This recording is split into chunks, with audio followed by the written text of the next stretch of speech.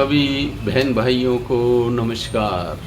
आज हम चर्चा करेंगे फिर से सीजेपी वालों की, इनकी हरकतों की। देखो भाइयों, जब गांव वालों से उलझ लिए रामपुरा और कंवरपुरा में गए थे, जयपुर के नज़दीक का ही जो गांव है, तो जब इनको मार पीट के भगाया गया वहाँ से, ये समझे नहीं कि भी गांव वाले लोग ये नहीं चाहते कि तुम उस गांव में एंटर करो और अपनी राजनीति फैलाओ, स्कूल ठीक करो के बहाने।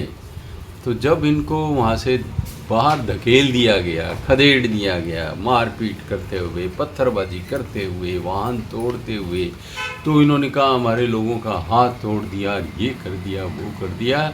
और वो जिसके हाथ तोड़ने की बात कर रहे हैं वो तो स्वस्थ खड़ा था, और दूसरी तरफ वो व्हील चेयर पे दो हाथों के लपेट के वो बैंडेज और चल रहा था। तो भाई पाखंडबाजी तुमने अभी से सीख ली, इतनी उच्च स्तरीय पाखंडबाजी।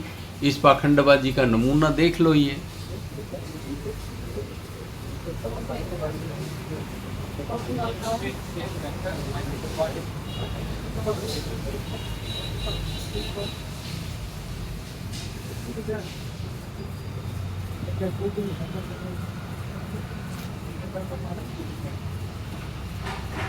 क्या पाखंडबाजी से आप भारत की राजनीति को स्तर ऊंचा उठा रहे हैं या उठा सकेंगे? कैसी हरकतें हैं ये? आम जनता सब जानती है। तुम ये सोचते हो कि तुम ज़्यादा पढ़े लिखे हो, कोई विदेश में पढ़ के आया, अंग्रेजी ठीक झाड़ लेते हो तो लोग मूर्ख हो गए हैं।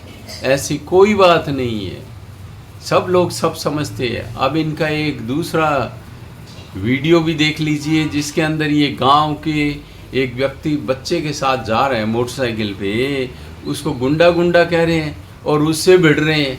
और कुछ इनकी जो महिलाएं जो सशक्तिकरण के कारण कुछ ज़्यादा ही जोश में आई हुई हैं, वो उसे गुंडा गुंडा पुकार रही हैं और इनको जोश दिला करके महिलाएं भिड़वाएंगी और फिर से जूता पड़वाएंगी, क्योंकि उनको भड़काना बहुत अच्छे तरीके से आता है। आंसू निकालना और इमोशनल ब्लैकमेलिंग करना। तो ये जो मर्द है तथाकथित, ये कहीं कहीं फिर जूते खाएंगे भाइयों। तो अब इनकी ये हरकत भी देख लो, गांव वाले से कैसे भिड़ रहे हैं।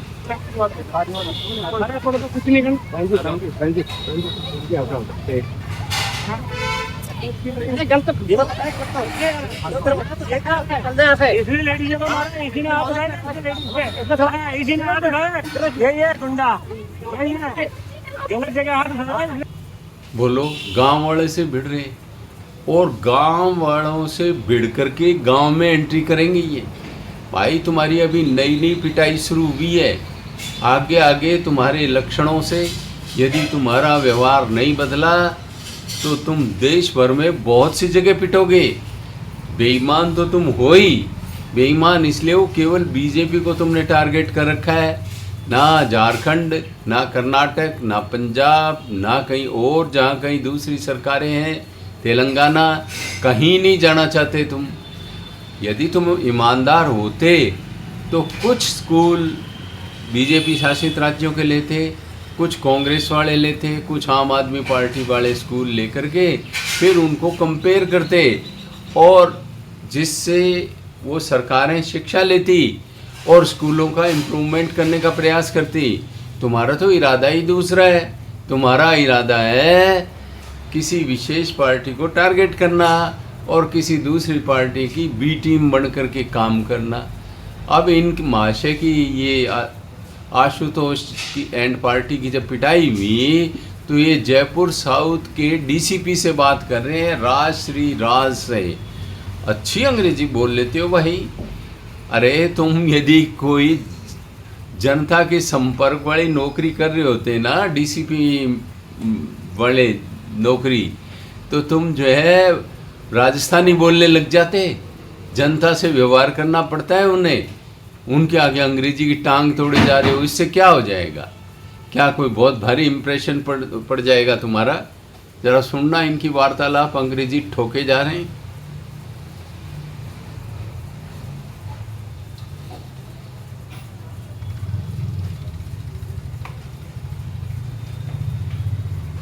I called the SHO. Everyone knew this was going to happen, and it still happened.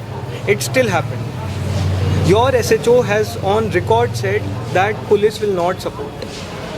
Can it get more shameful than this? Just tell me this. मतलब वहाँ पर मीडिया मौजूद है, वहाँ के शिवदासपुरा थाने के जो SHO हैं उनसे हमारी बात हुई है, उनको हमने इन्फॉर्म किया है कि ये वहाँ पर गुंडागर्दी कर रहे हैं, पत्थर मार रहे हैं, हमारे जो वॉलंटियर्स पहले पहुँचे थे आप उन पे पत्थर मारे गए हैं। उसके ये बाहर के लोग थे, हमने इनको भी बताया।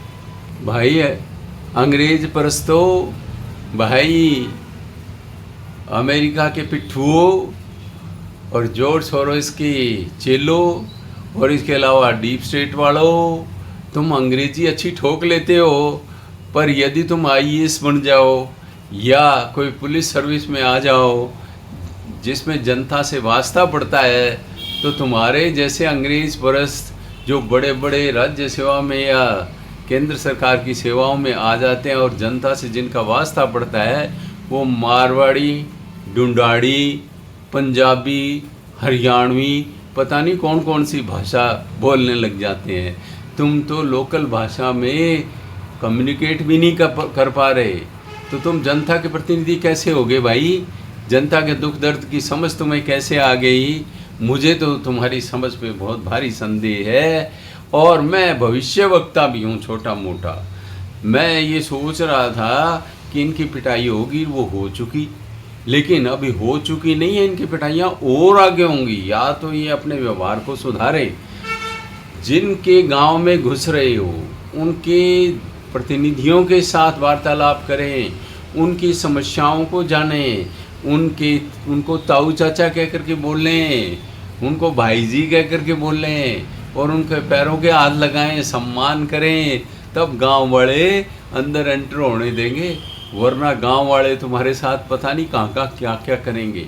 और फिर पुलिस चाहते हो, पुलिस हमारा प्रोटेक्शन करे। पुलिस कभी भी पूरे गांव के खिलाफ नहीं खड़ी होगी, चाहे तुम 100 इकट्ठे हो जाए चाहे 200 हो जाओ। तुम उस गांव के बासिंदे नहीं हो, तुम ज़बरदस्ती उसमें घुसने का प्रयास कर रहे हो।